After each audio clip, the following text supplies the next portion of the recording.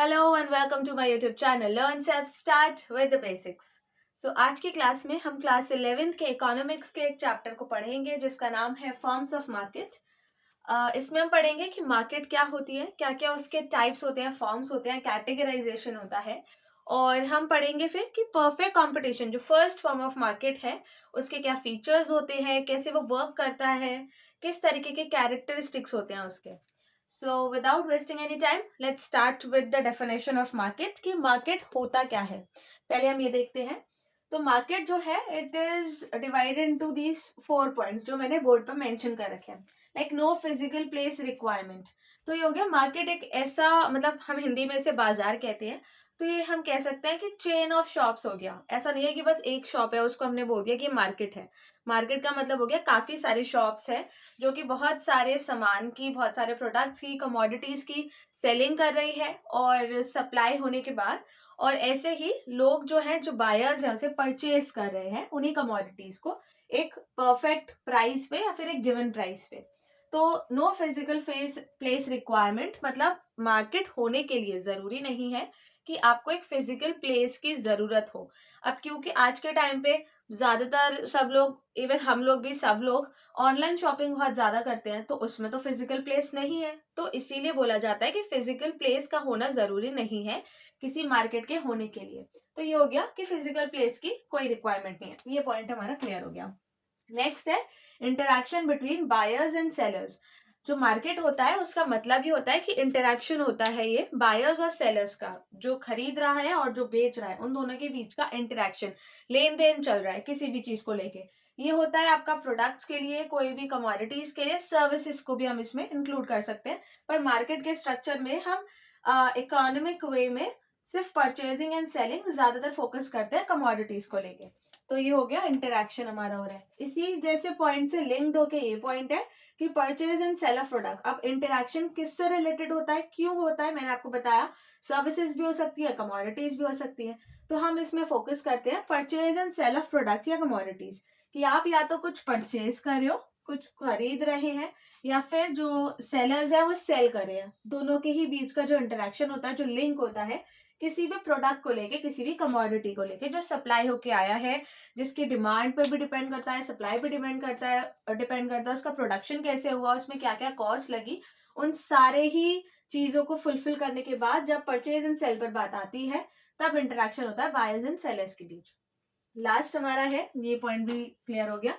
Last point है single price in perfect market. अगर हम परफेक्ट मार्केट की बात करें तो प्राइस को लेके काफी ज्यादा वेरिएशंस नहीं होते हैं, एक प्राइस फिक्स कर लिया जाता है। इसका हम एग्जाम्पल ले सकते हैं कि मार्केट है जिसमें हमने मान लिया 10 शॉप्स है, ठीक है, 10 शॉप्स आते हैं। उसमें से काफी कुछ ऐसी शॉप्स हैं जो कि गारमेंट्स वगैरह सेल कर रहे हैं, कपड़े बेचती हैं। तो एक मेरी शॉप है, मैंने क्या करा कि 1000 रुपीज की मैं एक जैकेट सेल कर रही हूँ। एक और मेरे 2 शॉप्स छोड़ के एक और शॉपकीपर है, वो सेम जैकेट, बस हो सकता है उसका कलर डिफरेंट हो सकता है उसका साइज में डिफरेंस हो, थोड़ा बहुत उसमें वेरिएशंस हो। तो वो 1000 की जगह 1050 की सेल कर रहा है। तो इतना प्रोडक्ट के प्राइस में डिविएशन मैनेजेबल होता है, इतना ओके होता है। लेकिन मैंने तो 1000 की बेची और उसने क्या करा, वो 2000 की बेच रहा है। तो इतना ज्यादा डिविएशन प्राइस में नहीं हो पाता, नहीं चल पाता, तो कस्टमर्स ऑब्वियसली मेरे पास ज्यादा आएंगे इंस्टेड उसके पास जाने के। तो इसीलिए सिंगल प्राइस परफेक्ट मार्केट में मैनेजेबल होता है, एक सेट कर दिया जाता है ताकि कस्टमर्स ज्यादा से ज्यादा अट्रैक्ट हो और कस्टमर्स को रिलायबिलिटी बनी रहे आपके ऊपर। आप ऐसा ना लगे उसे कि अरे ये तो कोई भी प्राइस बोल देता है, ये तो जो मार्केट में प्राइस ही नहीं चल रहा उससे ज्यादा प्राइस बोल रहा है। तो ऐसा नहीं होना चाहिए, इसलिए प्राइस डिविएशन ना हो, एक बैलेंस बना रहे। तो इसलिए सिंगल प्राइस परफेक्ट मार्केट में सेट कर दिया जाता है। अब ये परफेक्ट मार्केट क्या होता है? परफेक्ट मार्केट जो होता है वो हम पढ़ेंगे फॉर्म्स ऑफ मार्केट में। पहले तो फॉर्म्स ऑफ मार्केट अगर हम देखें तो बहुत सारे फॉर्म्स होते हैं। हम आज की क्लास में फोकस करेंगे परफेक्ट कंपटीशन फॉर्म में, जो सबसे फर्स्ट टाइप का फॉर्म होता है। अगर हम देखें तो फॉर्म्स ऑफ मार्केट में होता है परफेक्ट कंपटीशन, मोनोपोली हो गया, मोनोपोलिस्टिक कंपटीशन, ओलिगोपोली हो गया, डुओपोली हो गया, तो काफी सारे होते हैं। हम सबसे पहले पढ़ेंगे परफेक्ट कंपटीशन के बारे में। ठीक है, अब जैसे दो वर्ड्स से मिलके बना हुआ है, तो इन दोनों वर्ड्स का मतलब अगर हम देखें तो क्या होता है? परफेक्ट का मतलब हो गया कि कोई चीज बिल्कुल सही तरीके से हो रही है, एंड कंपटीशन हो गया कि बहुत सारे लोग किसी चीज के लिए compete कर रहे हैं, आपस में लड़ रहे हैं, हो सकता है वायलेंटली नहीं लड़ रहे हैं बट स्टिल लड़ रहे हैं किसी चीज के लिए। तो ये एक तरीके का मार्केट स्ट्रक्चर होता है, हम कह सकते हैं कि ये एक तरीके का मार्केट स्ट्रक्चर है, जिसमें क्या होता है, बहुत सारे बायर्स एंड सेलर्स होते हैं। कंपटीशन तभी हो पाएगा जब बहुत सारे लोग हैं। अब इसमें हमने मान लिया कि बस दो ही लोग हैं, तो उसमें कंपटीशन इतना ज्यादा तो नहीं हो पाएगा, या एक ही सेलर है तो कैसे कंपटीशन होगा। इसलिए बहुत सारे बायर्स एंड सेलर्स होते हैं इसमें। थोड़ा सा ऐसा ड्राइंग खराब है तो डोंट माइंड दिस। तो ये बहुत सारे बायर्स, ये बहुत सारे सेलर्स हो गए, ये भी बहुत सारे, इनके पास भी बहुत सारे सारे बायर्स हैं, सब पे बहुत सारे सारे बायर्स हैं, ठीक है। तो ये बहुत सारे बायर्स एंड सेलर्स हो गए, तो इसी को हम बोल देते हैं परफेक्ट कंपटीशन, कि we have large number of buyers and sellers. उसके अलावा हमारा क्या आ जाता है, इसमें होमोजेनियस प्रोडक्ट्स होते हैं, प्राइस डिस्क्रिमिनेशन की बात नहीं होती है, बहुत ज्यादा प्राइस में डिस्क्रिमिनेशन नहीं हो पाता है इसमें, तो काफी सारे फीचर्स होते हैं, हम वन बाय वन इसको पढ़ेंगे। सबसे पहले तो हमने अगर देखा परफेक्ट कंपटीशन क्या होता है, वो हो गया मार्केट स्ट्रक्चर है ये, इसमें large number of buyers and sellers, large number of buyers and sellers. उसके अलावा एक क्या हो गया कि ये प्राइस टेकर होते हैं, ठीक है, प्राइस टेकर होते हैं, नॉट मेकर। मेकर नहीं होता, टेकर होता है। टेकर का मतलब प्राइस जो मार्केट में प्रिवेल कर रहा होगा, जो एग्जिस्ट करता है, उसी को फॉलो करना पड़ता है। They have to follow only that price range. Maker नहीं होते हैं, बना नहीं सकते प्राइस। मैंने अभी आपको जैकेट वाला एग्जांपल दिया था, वो प्राइस टेकर का ही था, कि अगर दो शॉपकीपर्स एक मार्केट में एग्जिस्ट करना चाहते हैं तो उन्हें प्राइस एक दूसरे के अकॉर्डिंग ही सेट करना पड़ेगा। ऐसा नहीं होता है कि एक ने 5,000 की जैकेट कर दी, बाकी सब उसे 500 की बेच रहे हैं, तो कोई 5,000 वाले से परचेज ही नहीं करेगा ऑब्वियसली, और वो सारे कस्टमर्स लूज कर जाएगा। तो इसीलिए परफेक्ट कंपटीशन में परफेक्ट मार्केट क्रिएट करने के लिए ऐसी चीजों को फॉलो करना पड़ता है, जो इसमें गवर्नमेंट इंटरवेंशन नहीं है, लेकिन आपस में जितना भी शॉपकीपर्स है उन सबकी अंडरस्टैंडिंग, कॉस्ट और जितना भी ट्रांसपोर्ट कॉस्ट वगैरह है, वो सब मिला जुला के आपको एक प्राइस सेट करना पड़ता है। तो अगर हम इसके फीचर्स देखें, so we have some features for this type of market, कि क्या किस तरीके से ये परफेक्ट कंपटीशन की जो मार्केट है वो वर्क करती है। तो सबसे पहले अगर हम देखें, जो मैंने आपको पॉइंट बताया था, large number of buyers and sellers. तो large number of buyers and sellers में क्या हो गया, जो मैंने आपको अभी यहाँ पे एक अजीब सा थोड़ा डायग्राम बना के दिखाया था कि बहुत सारे इंसान खड़े हुए थे, तो वो ये हो गया कि बहुत सारे बायर्स हैं, बहुत सारे लोग खरीद रहे हैं, और उन्हीं के बहुत सारे सेलर्स भी हैं जिनसे वो सामान खरीदते हैं। अब मैंने एक शॉप खोली, तो मेरे पास मैंने खुद जो सप्लाई कराया होगा सामान, वो अलग अलग सप्लायर्स के पास से आता हो सकता है मैंने एक दो अपने फिक्स कर रखे हैं सप्लायर्स, और मैं जो जिनको सामान बेचती हूँ वो कुछ मेरे फिक्स कस्टमर्स हैं, जो मेरे फिक्स बायर्स हैं। उनके अलावा नए नए बायर्स भी मेरे पास आते जा रहे हैं, अट्रैक्ट हो रहे हैं। कैसे होते हैं, जब आप मार्केट में टिकने के लिए उस मार्केट के रूल्स एंड रेगुलेशंस में ढलोगे और उनको फॉलो करोगे। तो अगर आपके पास large number of buyers and sellers हैं, आप परफेक्ट कंपटीशन या परफेक्ट मार्केट का पार्ट बन सकते हैं। इसके लिए क्या होता है, आपको जो एग्जिस्टिंग प्राइस है must prevail according to price. आपका जो एग्जिस्टिंग प्राइस है, जो मार्केट में चल रहा है, जो मैंने जैकेट वाला एग्जाम्पल दिया कि शॉपकीपर ए जो है वो सेल कर रहा है 1,000 रुपीज में एक जैकेट, ठीक है, वन पीस, वन जैकेट, और एक शॉपकीपर है बी शॉपकीपर, वो यही same jacket, same identical product वो कितने में सेल कर रहा है, 2,000 में, ये वन पीस ऑफ जैकेट। तो अगर ये दोनों ही सेम जैकेट एक 1,000 में बेच रहा है, एक 2,000 में, तो ऑब्वियसली लोग 1,000 वाले के 2,000 वाले के पास तो जाएंगे ही नहीं। इसीलिए आपको प्राइस जो है वो मार्केट के अकॉर्डिंग सेट करना पड़ेगा। आप 1,000 ही रखो, वरना आप प्लस कर दो, थोड़ा बहुत आपको प्लस करना है, 50 रुपीज और कर दो, तो थोड़ा 50-100 का तो मैनेजेबल हो जाता है। लेकिन ज्यादा अगर प्राइजेस में डिविएशन होगा तो कोई भी आपसे परचेज नहीं करेगा, और आपके जो पुराने कस्टमर्स हैं वो भी जा सकते हैं। तो इस तरीके से हमारा हो गया large number of buyers and sellers, और मार्केट प्राइस के अकॉर्डिंग इन्फ्लुएंस होके बहुत ज्यादा इस पे इफेक्ट हो सकता है। नेक्स्ट हमारा इसमें और कौन सा पॉइंट होता है, एक मैंने आपको ये जैकेट वाली बात बताते हुए एक पॉइंट और बता दिया, जो कि हमारा होता है होमोजेनियस प्रोडक्ट। इसमें होमोजेनिटी होनी चाहिए प्रोडक्ट की, होमोजेनियस कह सकते हैं हम, या फिर हम बोल सकते हैं आइडेंटिकल। ठीक है, दो चीज हो गई हमारी, या तो होमोजेनियस प्रोडक्ट्स या आइडेंटिकल।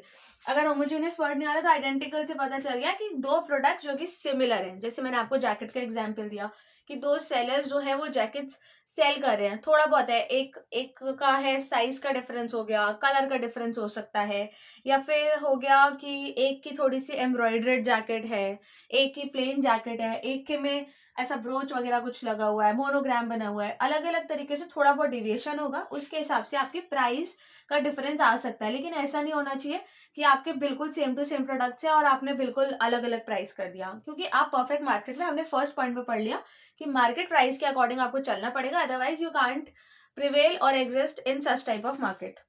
तो इसीलिए इसमें होमोजेनियस और आइडेंटिकल प्रोडक्ट्स का भी बहुत इंपॉर्टेंट रोल होता है।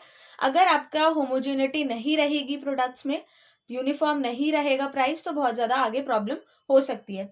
बस ये हो सकता है कि अगर आपका जो कमोडिटी है, जो प्रोडक्ट्स है, या तो वो परफेक्ट सब्स्टिट्यूट्स होने चाहिए या फिर बिल्कुल आइडेंटिकल होने चाहिए।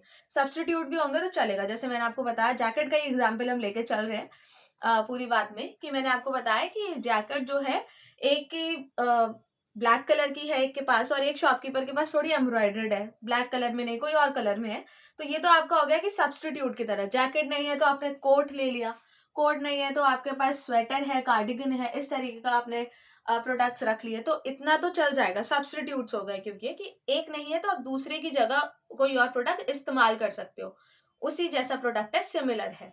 जैसे टी और कॉफी को सब्स्टिट्यूट माना जाता है कि अगर चाय नहीं है तो हम कॉफी भी पी सकते हैं, तो इसी तरीके से आप सब्स्टिट्यूट रख सकते हो अगर आइडेंटिकल प्रोडक्ट्स आप नहीं रख पा रहे हो, बट स्टिल होमोजेनिटी या एक आइडेंटिकल प्रोडक्टशिप होनी चाहिए, तभी आप इस मार्केट में रह सकते हो।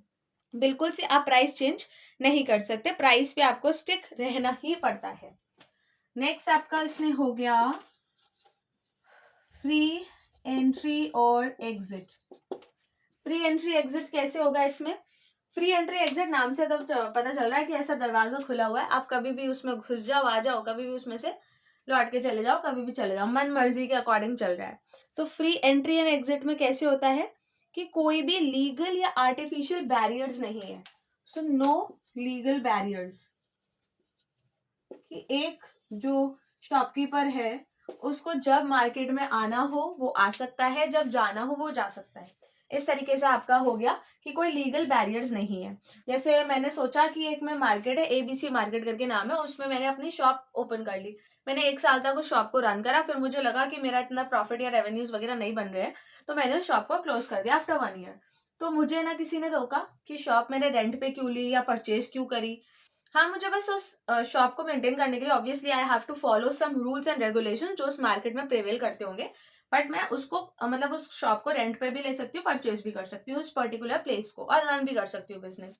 और मेरा मन करा मैंने 1 साल बाद उसको छोड़ दिया, किसी और को सेल कर दिया, अगर मैंने परचेज करी हुई थी, वरना जो लैंडलॉर्ड होगा उसने किसी और को सेल कर दिया, वो अपना काम कर रहा है। तो ऐसे ही फ्री एंट्री एग्जिट रहता है, कोई भी लीगल बैरियर्स नहीं होता है गवर्नमेंट की तरफ से या किसी की भी तरफ से, आपको कोई भी रोक टोक नहीं होगी। आप चाहो तो मार्केट में रह सकते हो, आप चाहो तो मार्केट से बिल्कुल एग्जिट कर सकते हो। ठीक है, ये आपका हो गया फ्री एंट्री एंड एग्जिट। इसके अलावा हमारे पास एक और है परफेक्ट नॉलेज। परफेक्ट नॉलेज का मतलब हो गया कि बायर्स एंड सेलर्स दोनों के पास ही परफेक्ट नॉलेज होती है ऑफ प्रोडक्ट्स, जो भी कमोडिटीज है आपको प्राइस की नॉलेज होगी। जैसे मेरे शॉप है, मैं रेनॉल्ड्स का पेन जो है 20 रुपीज का मैं सेल करती हूँ, एक शॉपकीपर है वो 50 का सेल करता है या 30 का सेल करता है, 25 का करता है। तो जो कस्टमर आएगा वो प्राइस पूछ सकता है, हम उसको एग्जैक्ट प्राइस ही बताएंगे। ऐसा नहीं है कि मैंने जान के कि वो 50 का सेल करता है तो मैं 60 रुपए बता देती हूँ या 50 रुपए बता देती हूँ तो मेरे पास ही आ जाएगा, या मैं 40 बोल दूं ताकि उसके पास जाए तो मेरे पास ही कस्टमर टिक जाए। तो उसकी जगह हम ये कह सकते हैं कि कस्टमर को या कंज्यूमर को एक परफेक्ट नॉलेज होती है किसी भी सामान की, किसी भी कमोडिटी के प्राइस की। बायर्स और सेलर्स दोनों ही अवेयर होते हैं कि मार्केट में क्या प्राइस चल रहा है, बायर्स को भी पता होगा और सेलर्स को भी पता होगा। इससे क्या होता है, अब प्राइस डिस्क्रिमिनेशन, प्राइस में जो भेदभाव होता है, जो डिस्क्रिमिनेशन हो जाता है, जो सेलर्स करते हैं, वो बिल्कुल यहाँ पे खत्म होने के चांसेस होते हैं। पूरी तरीके से खत्म नहीं होता, बट खत्म करने की हम कह सकते हैं कि कोशिश हो सकती है। नेक्स्ट है हमारा एक और, फिर से परफेक्ट वर्ड आ रहा है इसमें, क्योंकि हम परफेक्ट कॉम्पिटिशन पढ़ रहे हैं। Perfect mobility. मोबिलिटी का मतलब होता है कि आप मूव कर सकते हैं from one place to another. तो परफेक्ट मोबिलिटी का मतलब हो गया कि जो हमारे फैक्टर्स ऑफ प्रोडक्शन है, कौन कौन से factors of production, labour and capital. Labour और कैपिटल जो दो फैक्टर्स ऑफ प्रोडक्शन है, जो कि हमारे फिक्स्ड फैक्टर्स नहीं है, वेरिएबल फैक्टर्स होते हैं, मूव कर सकते हैं हम इसको। लेबर हो गया जो ह्यूमन रिसोर्सेज, और कैपिटल हो गया जितना हम पैसा लगा रहे हैं किसी भी बिजनेस को रन करने में, उसको चलाने में, उसमें जितने भी कॉस्टिंग वगैरह का होता है प्रोडक्शन के लिए, सारी चीजों के लिए। तो लेबर और कैपिटल दोनों को ही हम फ्रीली मूव कर सकते हैं। अब जैसे मैंने बताया, मेरे पास मेरी शॉप है, तो मैंने एक कोई पर्सन या सेल्समैन वगैरह रख रखा है ताकि वो मेरी हेल्प कर सके मेरे बिजनेस को रन करने में। मैं इसको 10,000 पर मंथ दे रही हूँ, पर उसको किसी और शॉप से 15,000 पर मंथ मिल रहा है, तो obviously he is free to move from my shop to the other shop, उसको कोई रोक टोक नहीं होगी। तो यही हो गया कि लेबर और कैपिटल जो है वो परफेक्ट मोबिलिटी होती है, कि आप रेम्यूनरेशन के अकॉर्डिंग, जहाँ पे आपको ज्यादा प्रॉफिट हो रहा है, जहाँ आपको हाई रेम्यूनरेशन, हाई पे मिल रही है, उसके अकॉर्डिंग लेबर जो है वो मूव कर सकता है। कैपिटल को भी हम मूव कर सकते हैं कि पैसा मुझे जहां से प्रॉफिट ज्यादा मिल रहा है वहीं पे मैं अपना पैसा लगाने की पूरी पूरी कोशिश करूंगी, या वहीं पे लगाऊंगी। जहां से मुझे लॉस होगा वहां क्यों लगाएंगे। तो कैपिटल में भी हमारी मोबिलिटी होती है, उसको भी हम शिफ्ट कर सकते हैं, मैनेज कर सकते हैं। लास्ट इसका एक फीचर होता है कि इसमें नो ट्रांसपोर्टेशन कॉस्ट। ये कैसे हुआ कि इसमें ट्रांसपोर्टेशन कॉस्ट नहीं होती है, ट्रांसपोर्ट का कोई कॉस्ट ऐड नहीं होता। कि मैं अपना प्रोडक्ट जो है वो 1,000 रुपए में सेल कर रही हूँ, तो मैं ऐसा नहीं करूंगी कि मैं उससे बोलूँ कस्टमर से, जो कंज्यूमर आया मेरे पास परचेज करने, कि नहीं मैं आपको 1,000 की जैकेट नहीं दूंगी, मैं आपको 1,500 की खरीदनी पड़ेगी, बिल काटते वक्त मैंने 500 रुपए और ऐड कर दिए। क्यों? क्योंकि मेरा ट्रांसपोर्टेशन कॉस्ट भी तो ऐड हो गया। ऐसा नहीं होता, वो आपका ऑनलाइन वगैरह में सब ऐड हो जाता है, ये सारी चीजें डिलीवरी वगैरह की, इसमें आप ऐड नहीं कर सकते। परफेक्ट मार्केट में, परफेक्ट कंपटीशन वाली मार्केट में अगर आपको टिक कर रहना है एक सेलर को, so you can't add the transportation cost to any product. आपका चाहे कितना भी महंगा हो, आपने कहीं से ही मंगाया, इंपोर्टेड वाले प्रोडक्ट्स होते हैं, उनमें तो आपके बहुत सारी चीज होती है, गवर्नमेंट इंटरवेंशन भी होता है, बैरियर्स लग जाते हैं अलग अलग, उसमें आप ऐड करते हो, इसलिए इंपोर्टेड सामान जो होता है वो हमारा महंगा होता है, एक्सपेंसिव होता है। बट आप एक लोकल मार्केट में एग्जिस्ट करते हो, परफेक्ट कंपटीशन वाली मार्केट है, आप ऐसा नहीं कर सकते कि आपने बस अपनी शॉप पे, अपने सामान पे आपने ट्रांसपोर्टेशन कॉस्ट ऐड कर दी, दूसरा शॉपकीपर ने भी सप्लाई कराया है, उसने तो ऐड नहीं करा। तो इसीलिए ये एक रूल बना दिया गया कि आपको परफेक्ट कंपटीशन वाले मार्केट में रहना है, तो आप बिल्कुल भी ट्रांसपोर्टेशन कॉस्ट ऐड नहीं कर सकते किसी भी प्रोडक्ट में। ठीक है, ये हमारा हो गया परफेक्ट कंपटीशन के सारे टाइप्स। ओके, तो आज की क्लास में हमने क्या क्या पढ़ा कि परफेक्ट, पहले तो हमने पढ़ा मार्केट क्या होता है, फिर हमने पढ़ा फॉर्म्स ऑफ मार्केट कौन कौन से हैं, मैंने आपको नाम बता दिए थे। फिर मार्केट में हमने पढ़ा कि परफेक्ट कंपटीशन मार्केट क्या होता है, उसके फीचर्स क्या होते हैं, कैसे सारे फीचर्स जो है उनका एक एक का हमने मतलब समझ लिया। प्राइस टेकर है, यूनिफॉर्मिटी है, होमोजेनिटी है, सारा पढ़ लिया। नेक्स्ट क्लास में हम इसके बाकी के आगे के टॉपिक्स को कंटिन्यू करेंगे। तब तक इसमें कोई भी प्रॉब्लम हो इस पूरे में, आप कमेंट सेक्शन में मैसेज कर सकते हो, आप मुझसे आराम से बात कर सकते हो इस बारे में। अगर किसी को one on one doubt session की बात करनी है तो वो भी आप कमेंट सेशन में मैसेज करके बता सकते हैं। ओके, सो पढ़ते रहिए अच्छे से। Thank you, bye bye, take care.